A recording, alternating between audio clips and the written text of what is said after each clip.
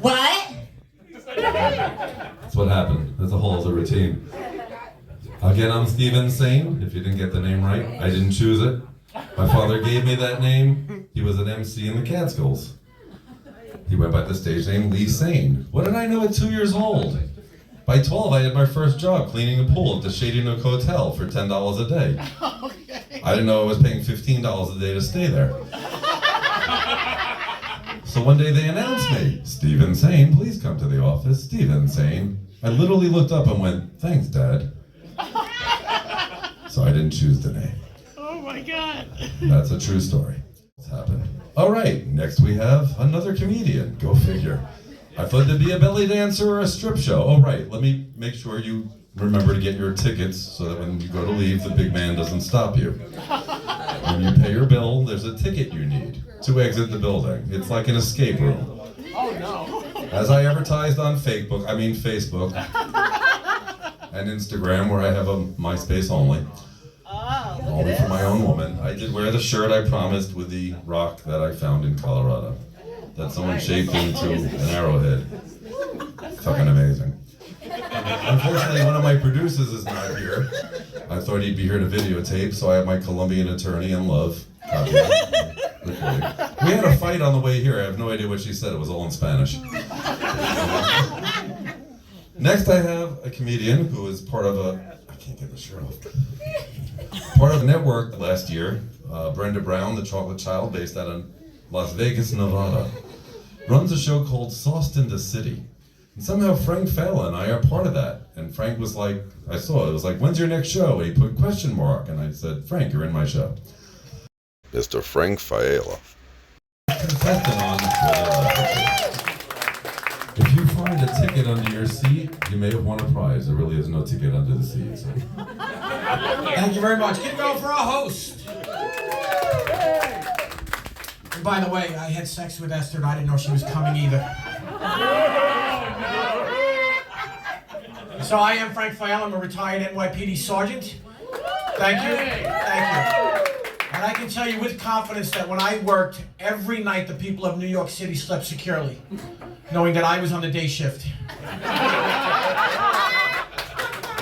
I still remember my first day on patrol. Hey, fireman, listen, paramedic, you know what? I was CEMS way back in the day when we wore the greens. So anyway, so I still remember my first day on patrol. I'm standing roll call and the sergeant's addressing us and he says, listen, you guys are the police. You go out there, you don't let the public push you around. Now take your post. So I walk out there, I get out to my post, and I do exactly what every good cop would do. Went straight to the coffee shop.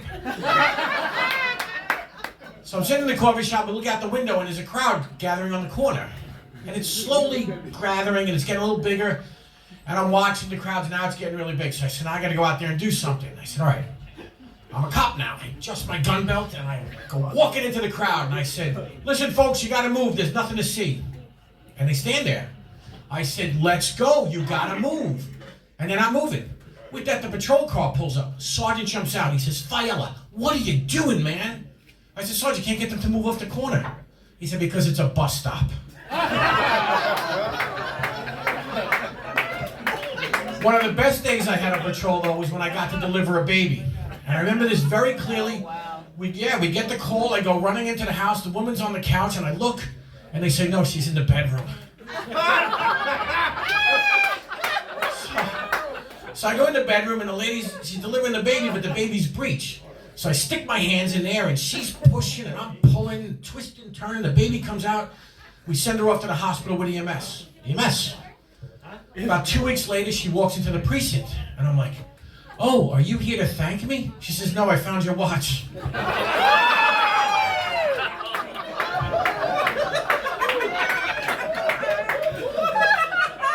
But you see, now here's where the problem comes in. Is because now that I'm retired, I have to stay home with the kids. And let me tell you something. You thought being a cop was hard? Oh my God. I mean, first of all, I'm outnumbered 2-1, so that's a problem, and they're killing me. I mean, they are absolutely killing me. And the only thing I know about life is what I've learned from the police department, because I got on when I was 24, so that's all I know is police department. But, I mean, everything is a problem. Breakfast. I hadn't gone shopping yet, so all I had in the house was cereal, and it was Life cereal. Oh my God, it was like a prison riot. Screaming and yelling, oh my God, this isn't fair. We hate this cereal, life sucks. I said, oh kids, you have no idea. And then there's the homework. Okay, the homework is the worst. So my daughter says to me, she says, Daddy, I need 3 signs that it's spring. I said, okay, what do you got? She says, I got the birds are chirping. I said, great. Flowers are blooming.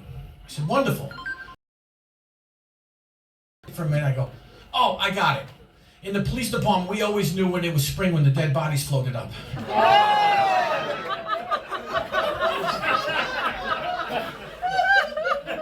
And then there's the math. Sorry. I came to see. Then there's the math. Now I don't do math. There's absolutely no reason to do math. Whatever change you give me at the register is fine, because I'm not doing math. So my son says to me, Dad, I need help with my math problem. I said, all right, what's the problem? He says, Tommy has a box of candy. The box contains 10 packs of 10 for a total of 100. He gives 2.5 packs to Susie. How much candy does he have left? I'm like, what? So I started thinking about this for a minute. And I said, all right, write this down. Jamal has a sleeve of heroin. He sells 2.5 decks to Jimmy from Long Island. How much heroin does he have left? Well, a sleeve's 100, a deck is 10, 2.5. He's got 75 decks of heroin left. I'm no longer allowed to help the kids with their homework.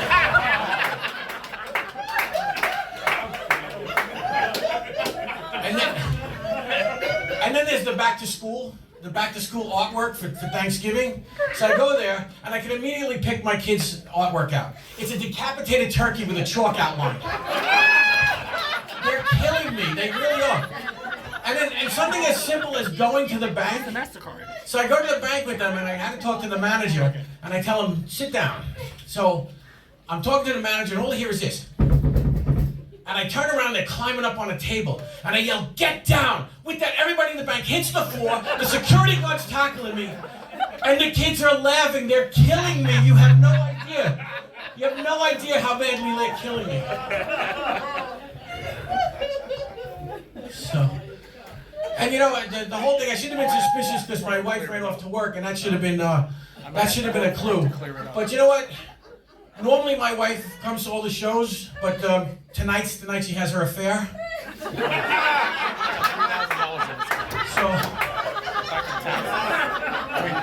and they say that our faces change as we get older, and it's absolutely true because my wife changed mine for somebody else's. So and it's weird too because she's with this guy now, and it's true, she's with this guy. His name is Frank.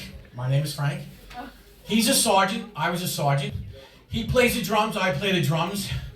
And there's one other thing we have in common. Oh, that's right. We're both having sex with my wife.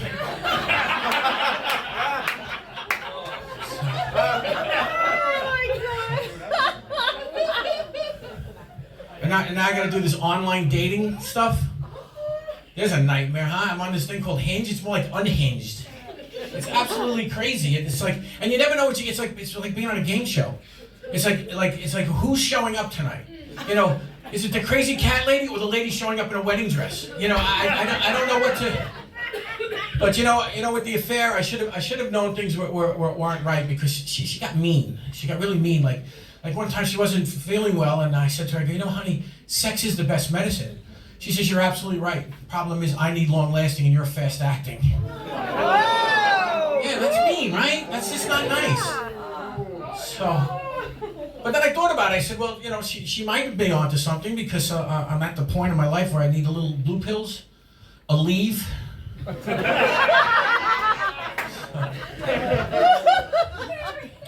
So it's crazy. It really is.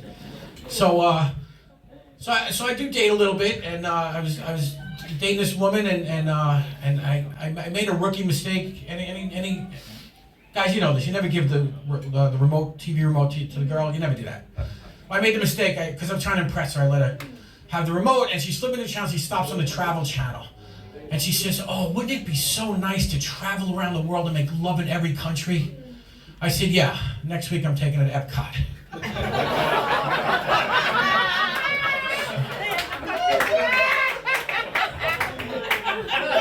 And,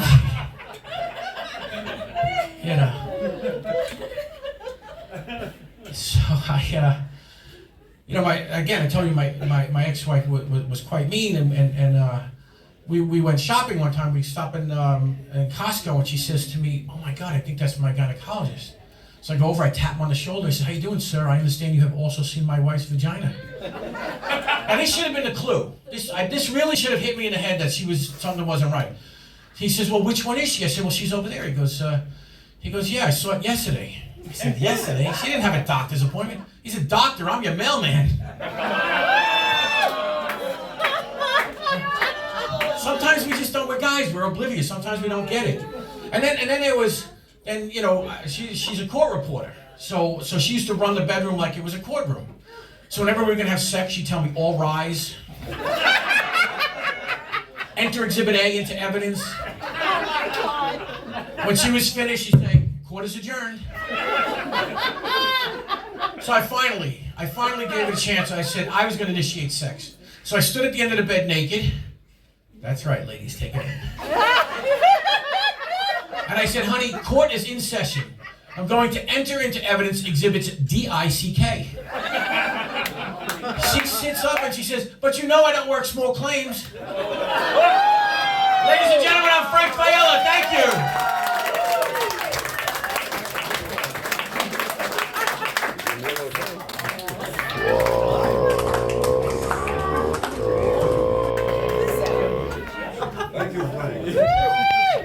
Hello, Steve couldn't make it to the stage. I'm lost to rabbit, twistedly insane. I took over for him.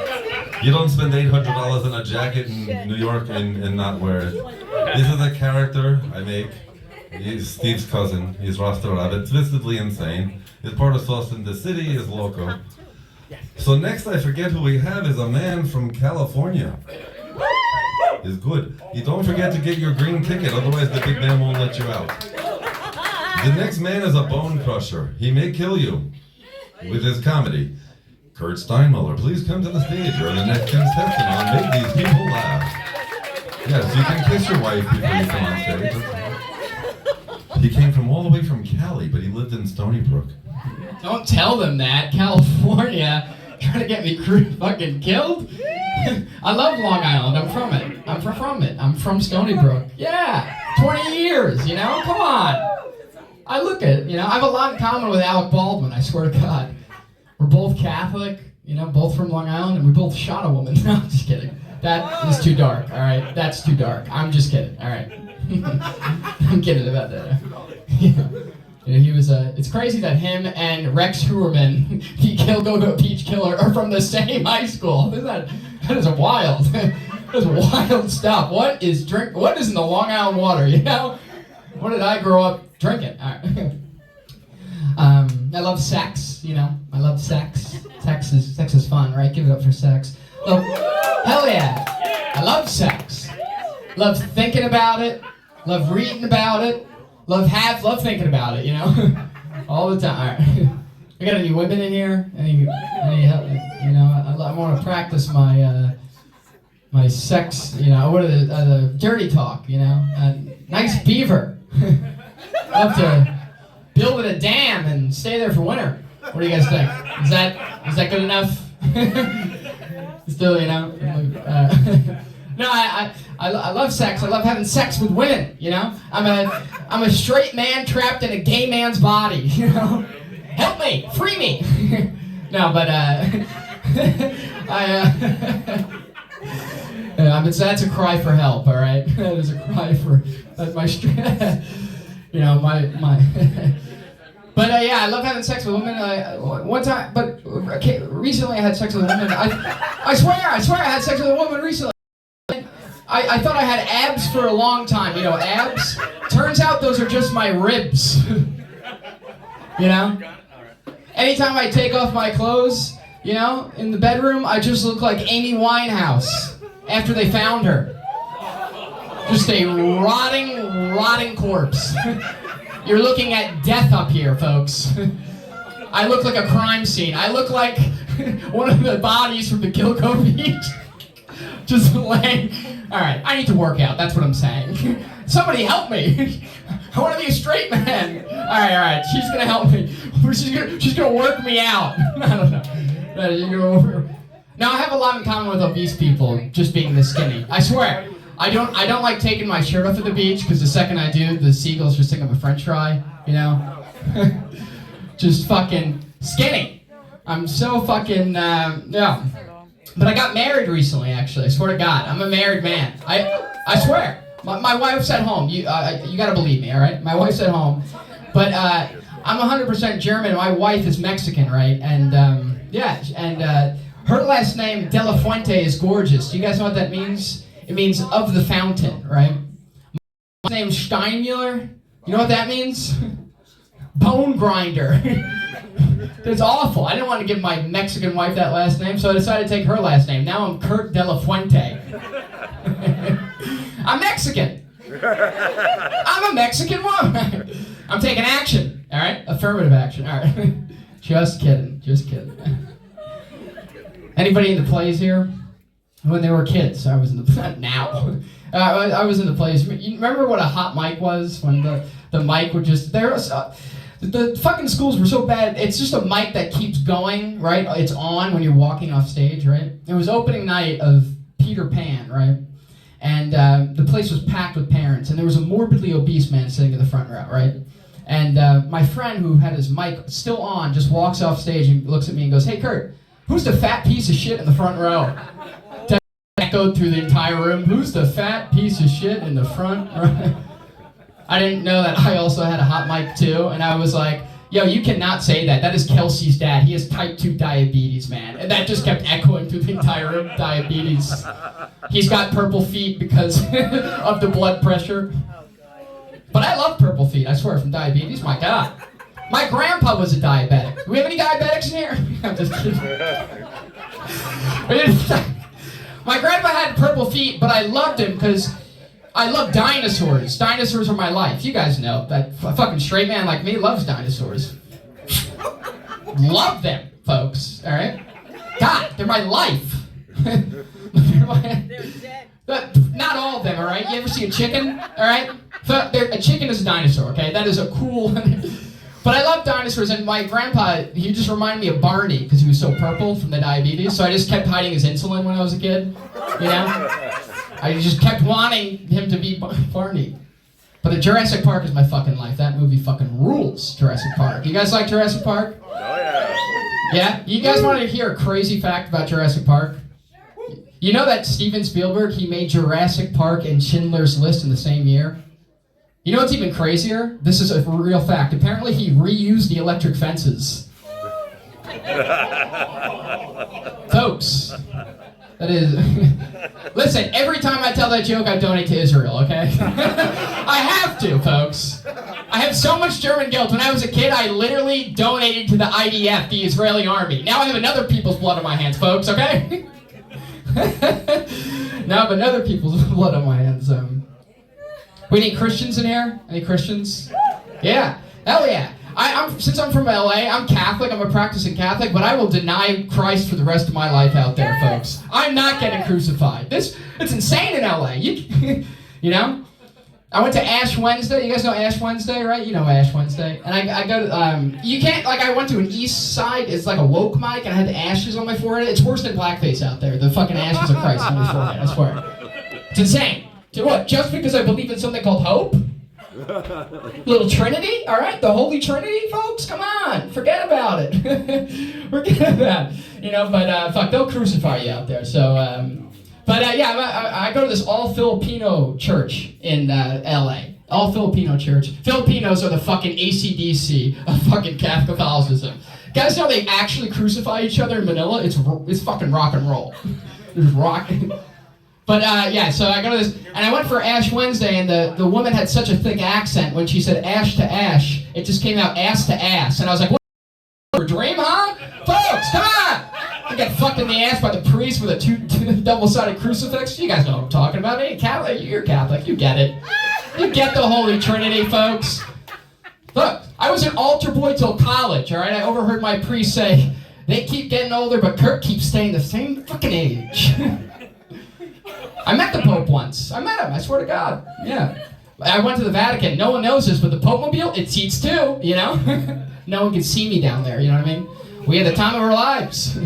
Folks, those windows of the Pope-mobile, they're not just bulletproof, all right? They're soundproof too.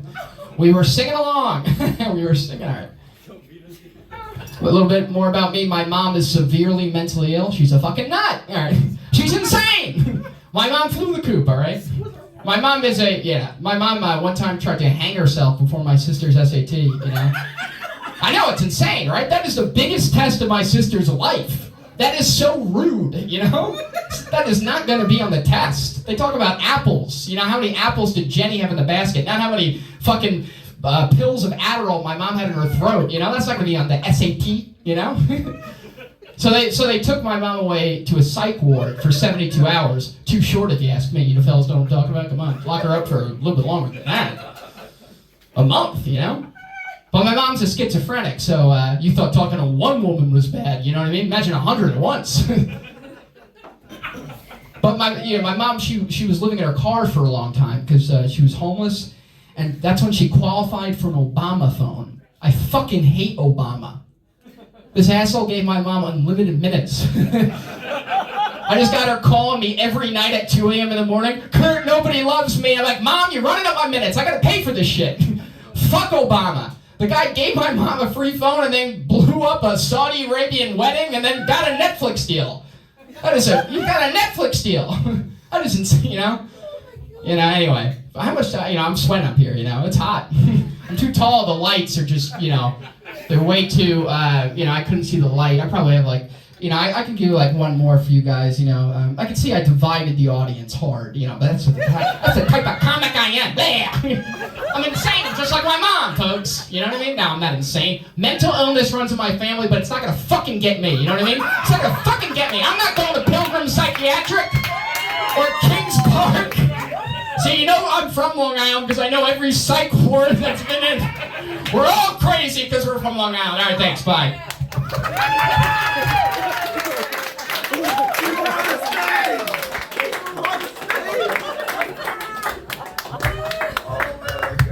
My head's spinning after that. Kurt de la Fuente. Well, me llamo Esteban Rey. In Spanish, I'm Stephen King. That's how I found this woman. She thinks I'm Stephen King. She calls me Cielo.